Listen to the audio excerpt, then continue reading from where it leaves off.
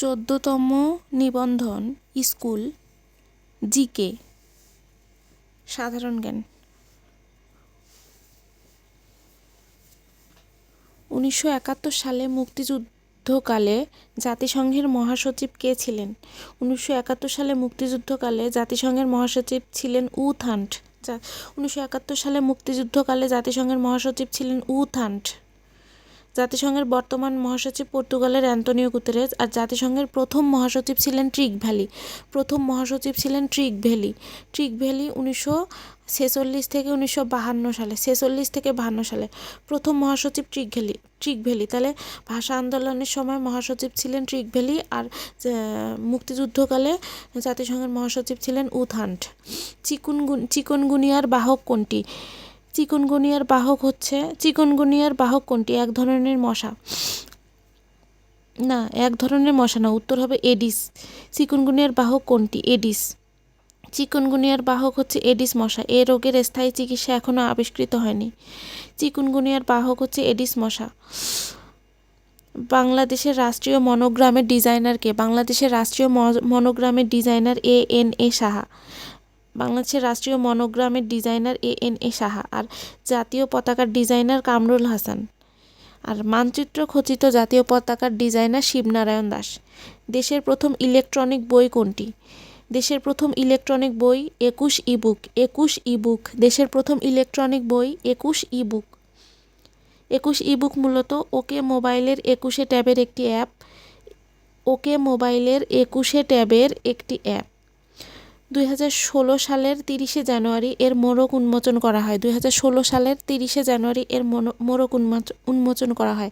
21 ebook দেশের প্রথম electronic বই। উইপো এর সদর দপ্তর কোথায় অবস্থিত? উইপো হচ্ছে বুদ্ধিবৃত্তিক সম্পদ সংস্থা। জাতিসংঘের বুদ্ধিবৃত্তিক সম্পদ সংস্থাকে উইপো বলা হয়। বুদ্ধিবৃত্তিক সম্পদ সুইজারল্যান্ডের জেনেভায় আছে। এখান থেকে মনে রাখবো, উইপো এর সদর দপ্তর সুইজারল্যান্ডের জেনেভায়।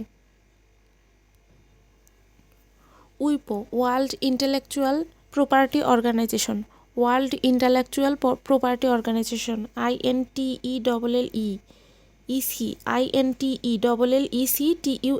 World intellectual property property organization. World intellectual property অর্গানাইজেশনকে উইপো বলা হয়। উইপো এর সদর দপ্তর সুইজারল্যান্ডের জেনেভায়। উইপো প্রতিষ্ঠিত হয় 1970 সালে, মানে আমাদের মুক্তিযুদ্ধের 1 বছর আগে উইপো প্রতিষ্ঠিত হয়। বিশ্ব বুদ্ধিবৃত্তিক সম্পদ সংস্থা প্রতিষ্ঠিত আমাদের মুক্তিযুদ্ধের 1 বছর আগে, এবং 1974 সালে জাতিসংঘের বিশেষ সংস্থার অন্তর্ভুক্ত হয়। 1974 সালে। মংডু কোন দুটি দেশের সীমান্ত এলাকা? মংডু হচ্ছে বাংলাদেশ আর মায়ানমারের সীমান্ত এলাকা।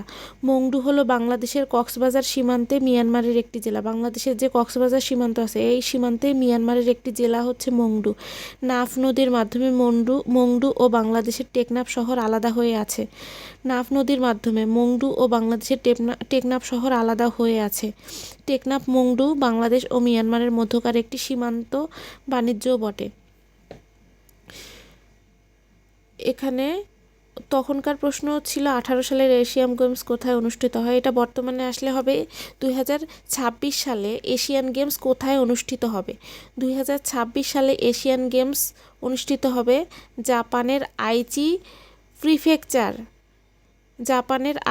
প্রিফেকচারের রাজধানী নাগোয়া শহরে। জাপানের আইচি প্রিফেকচারের রাজধানী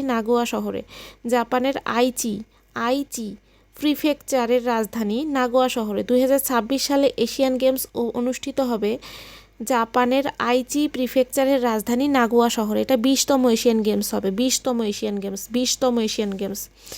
বাংলাদেশ স্কোয়ার কোথায় অবস্থিত? বাংলাদেশ স্কোয়ার অবস্থিত লাইবেরিয়ায়।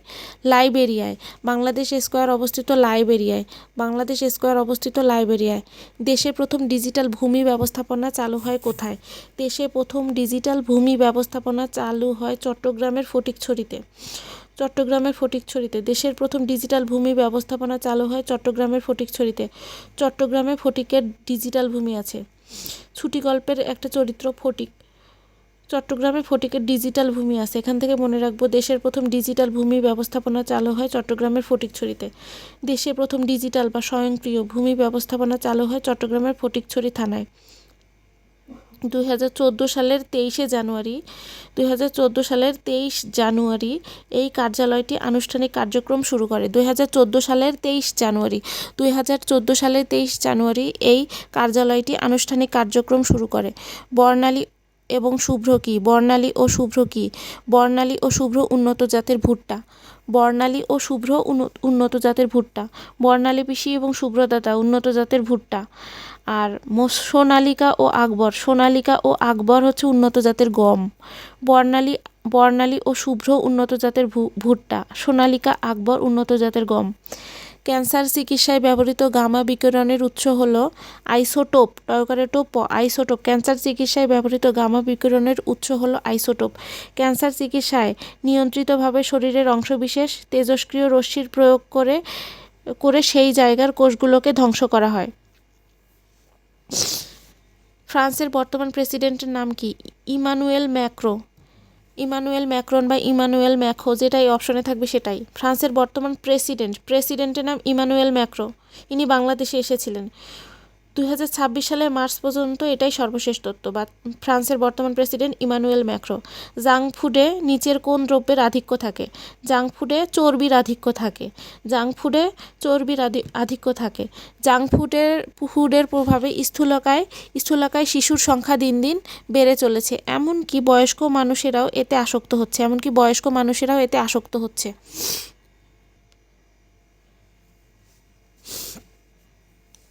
বিশ্ব অর্থনৈতিক সমীক্ষা 2025 অনুযায়ী বাংলাদেশের মাথাপিছু আয় কত মার্কিন ডলার?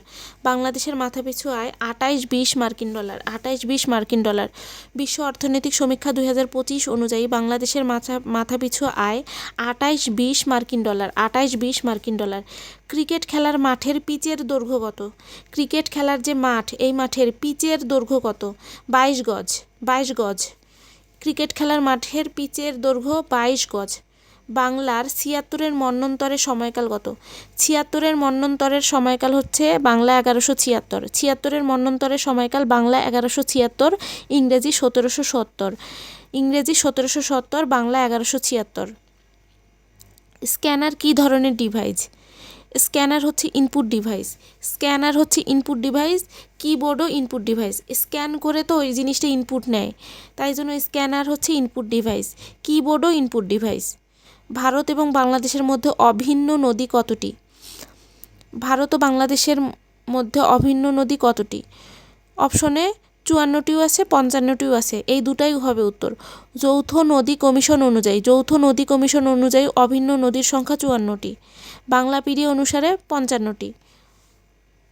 যৌথ নদী কমিশন অনুযায়ী অভিন্ন নদীর সংখ্যা 54টি আর বাংলা পিডি অনুযায়ী 55টি।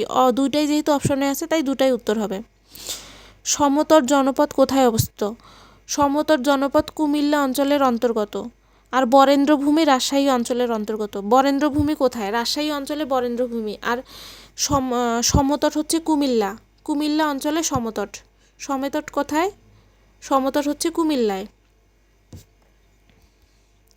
যশোর জেলায় অবস্থিত বিল ভবদহ। যশোরে ভবদহ বিল। যশোর জেলায় অবস্থিত বিল ভবদহ। যশোরে ভবদহ বিল। বিখ্যাত চিত্রকর্ম তিন কন্যায় চিত্রকরকে? বিখ্যাত চিত্রকর্ম তিন কন্যায় চিত্রকর হচ্ছে কামরুল হাসান। বিখ্যাত চিত্রকর্ম তিন কন্যায়ের চিত্রকর হচ্ছে কামরুল হাসান। অনন্যার ভাই কামরুল ভাইয়ের 3 কন্যা, এখান থেকে মনে রাখবো কামরুল ভাইয়ের 3 কন্যা, এখান থেকে মনে রাখবো বিখ্যাত চিত্রকর্ম তিন কন্যায় চিত্রকর হচ্ছে কামরুল হাসান। আর জয়নুল আবেদিনের তৈরি চিত্রকর্ম হচ্ছে মনপুরা 70। জয়নুল আবেদিনের তৈরি চিত্রকর্ম হচ্ছে মনপুরা 70। কোন উপজাতির ধর্ম ইসলাম? পাঙ্গন। কোন উপজাতির ধর্ম ইসলাম? পাঙ্গন। বাংলাদেশে বসবাস করি একমাত্র মুসলিম উপজাতি হচ্ছে পাঙ্গন। তাহলে কোন উপজাতির ধর্ম ইসলাম? পাঙ্গনের ধর্ম ইসলাম। বাংলাদেশে বসবাস করি একমাত্র মুসলিম উপজাতি পাঙ্গন। সংসদ অধিবেশন কে আহ্বান করেন? সংসদ অধিবেশন আহ্বান করেন রাষ্ট্রপতি। আর প্রধানমন্ত্রী সরকার প্রধান। আর হচ্ছে সরকারের প্রধান হচ্ছে প্রধানমন্ত্রী। সরকারের প্রধানমন্ত্রী, আর হচ্ছে সংসদ অধিবেশন আহ্বান করেন রাষ্ট্রপতি, আর রাষ্ট্রপতির অনুপস্থিতিতে স্পিকার দায়িত্ব পালন করেন। রাষ্ট্রপতির অনুপস্থিতিতে স্পিকার দায়িত্ব পালন করেন। তাহলে সংসদ অধিবেশন আহ্বান করেন কে? রাষ্ট্রপতি। পানামা খাল কোন মহাসাগরকে যুক্ত করেছে? ওই যে পানামা খাল, পানামায় অবস্থিত। পানামা খাল হচ্ছে উত্তর আমেরিকা ও দক্ষিণ আমেরিকাকে বিভক্ত করেছে। তাহলে পানামা খাল কোন মহাসাগরকে যুক্ত করেছে?